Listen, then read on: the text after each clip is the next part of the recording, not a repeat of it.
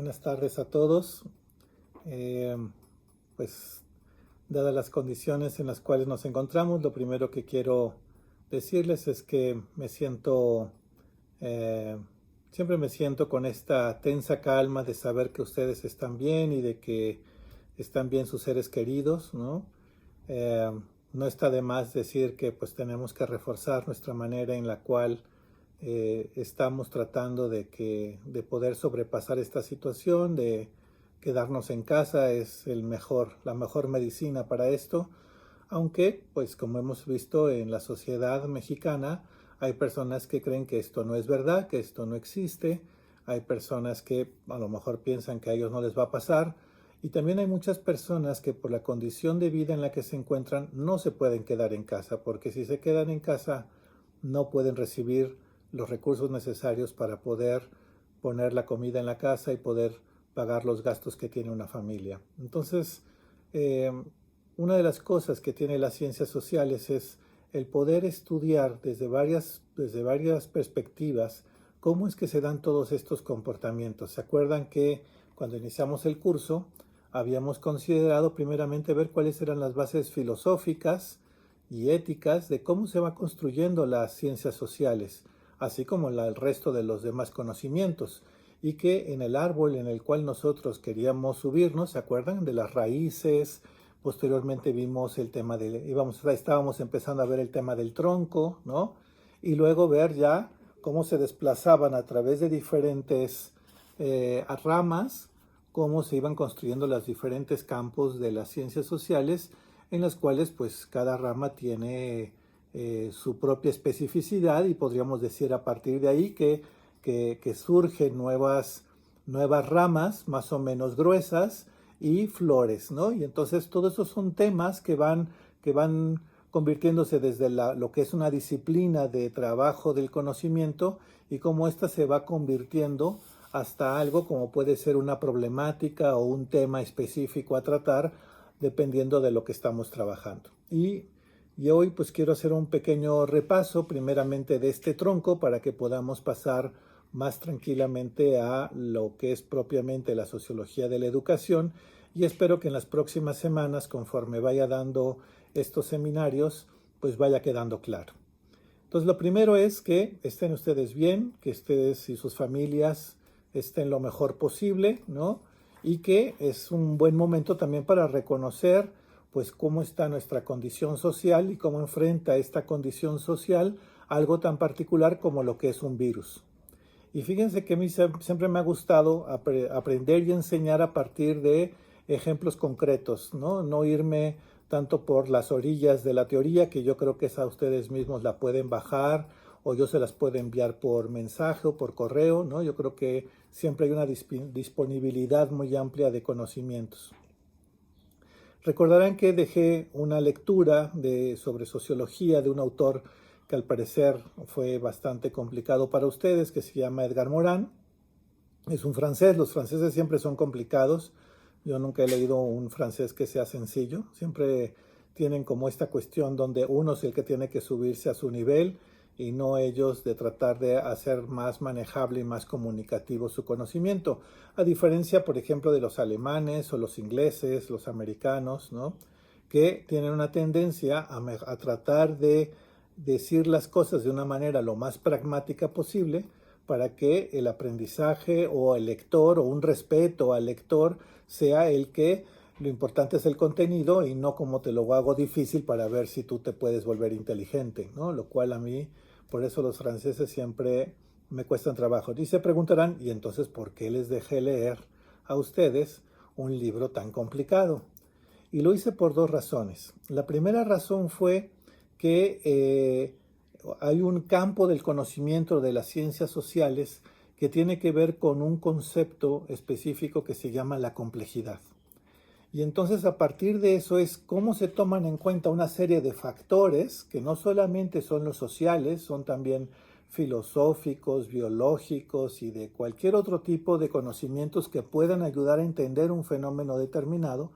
Y por eso pretendí que a partir de una lectura, que en el fondo es una teoría que trata de analizar la complejidad, nosotros podamos ayudar a que se entienda en la universidad que cualquier problema que se enfrente se tiene que hacer a través de la complejidad y no a través de la moral, como muchas veces termina pasando, ¿no? Es decir, que si alguien va y le pega a alguien, pues inmediatamente lo que se responde de una manera causal es, pues entonces castigo al que provocó ese dolor.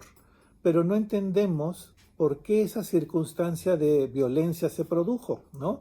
¿Por qué la gente, por ejemplo, se pone violenta ante los enfermeros o médicos que salen con uniforme del hospital y se suben a transportes públicos y les empiezan a echar cosas encima? ¿Por qué sucede eso? ¿Ustedes qué creen que suceda?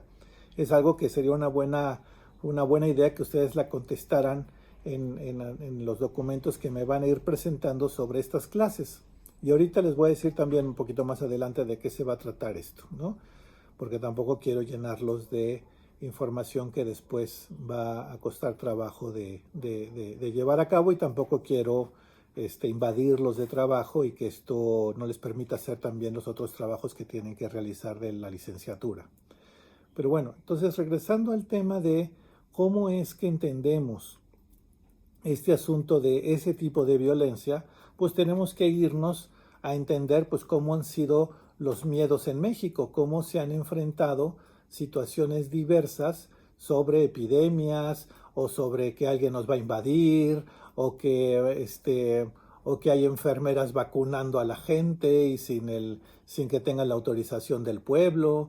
En fin, han pasado muchos de estos casos a lo largo de la historia, y yo les voy a nombrar nada más uno, ¿no? En los años 70, porque pues ya tengo mis añitos, en los años 70 se decía que había enfermeras que estaban vacunando para que no pudieran tener hijos los niños. Imagínense de qué tamaño era el rumor, ¿no? Entonces el rumor se constituyó durante una época, y yo creo que sigue pasando en la actualidad, pero digamos que la intensidad que tenía el rumor en una época determinada y cómo yo la viví como niño y como joven, pues tuvo una función social para tener a la gente con miedo, para que la gente pues no saliera a la calle, para que la gente se mantuviera en sus casas, para que la gente no criticara, para que la gente no respondiera. En fin, o sea, era una forma también de control social, ¿no? Tener miedo es la mejor forma de controlar una sociedad.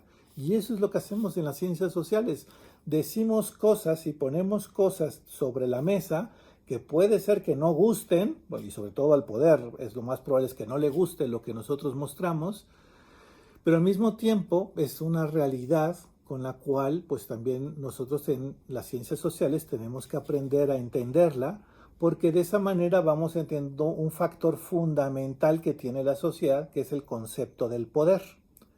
El poder puede ser de cualquier tipo. Puede haber un poder de tipo económico de parte de las empresas, por ejemplo. Puede haber un poder de una persona que es la que distribuye una serie de recursos en un pueblo determinado. Puede ser un poder de la religión o de la iglesia. Puede ser también un poder gubernamental de los partidos políticos.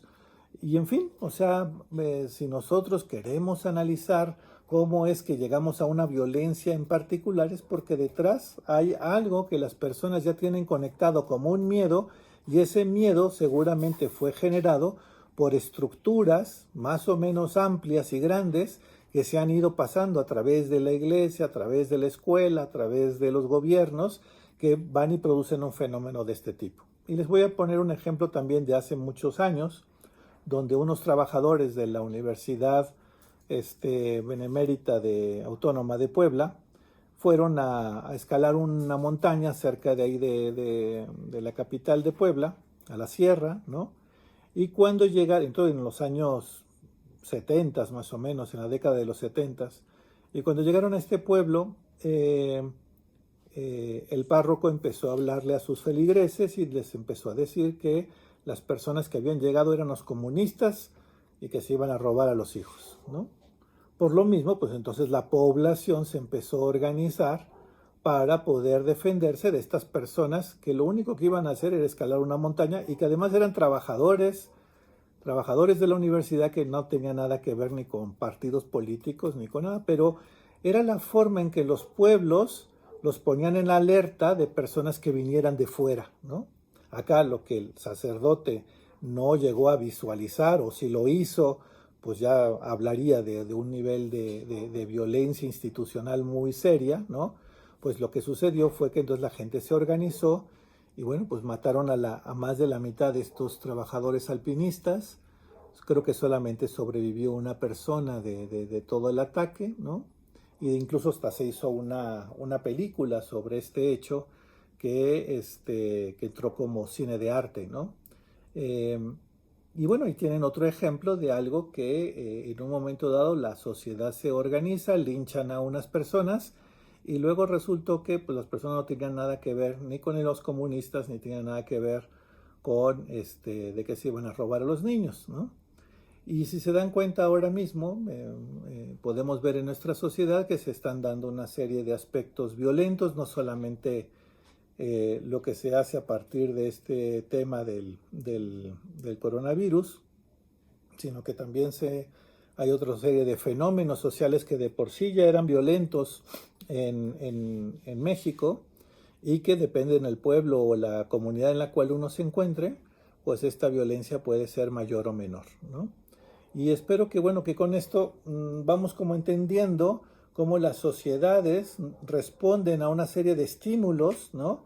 Y estos estímulos generan formas de organización y está otro concepto importante de las ciencias sociales, que es las organizaciones sociales de cualquier tipo, ¿no? Sea comunidad, sea familia, sea instituciones formales como la escuela, la iglesia y también instituciones informales que también actúan dependiendo de las situaciones en las cuales nosotros nos vamos presentando, ¿no? O nosotros vamos viviéndolo o experimentándolo, ¿no?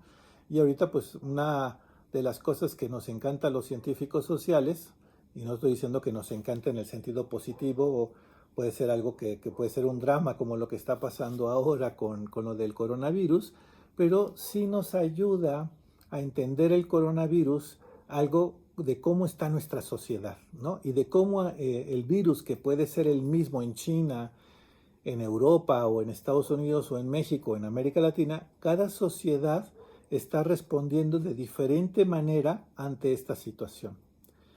Podemos empezar, por ejemplo, con el análisis de los líderes, ¿no? Ahí podríamos ver que hay líderes que han utilizado herramientas institucionales, científicas, para poder enfrentar lo que se está pasando ahora, como es el caso de Alemania, ¿no? En donde Alemania no ha tenido que utilizar formas, digamos, radicales para poder hacer esto, ¿no? Sino que lo que ha hecho ha sido utilizar una forma de dejar que la parte de la población pueda salir a la calle, ¿no? Generando distancia. Pero bueno, entonces, ¿cuáles son las condiciones que hacen que un líder en un país como Alemania permitan que se pueda salir a la calle? Y bueno, pues una de las primeras cosas que hay es que es una sociedad disciplinada. ¿Y qué significa que sea disciplinada?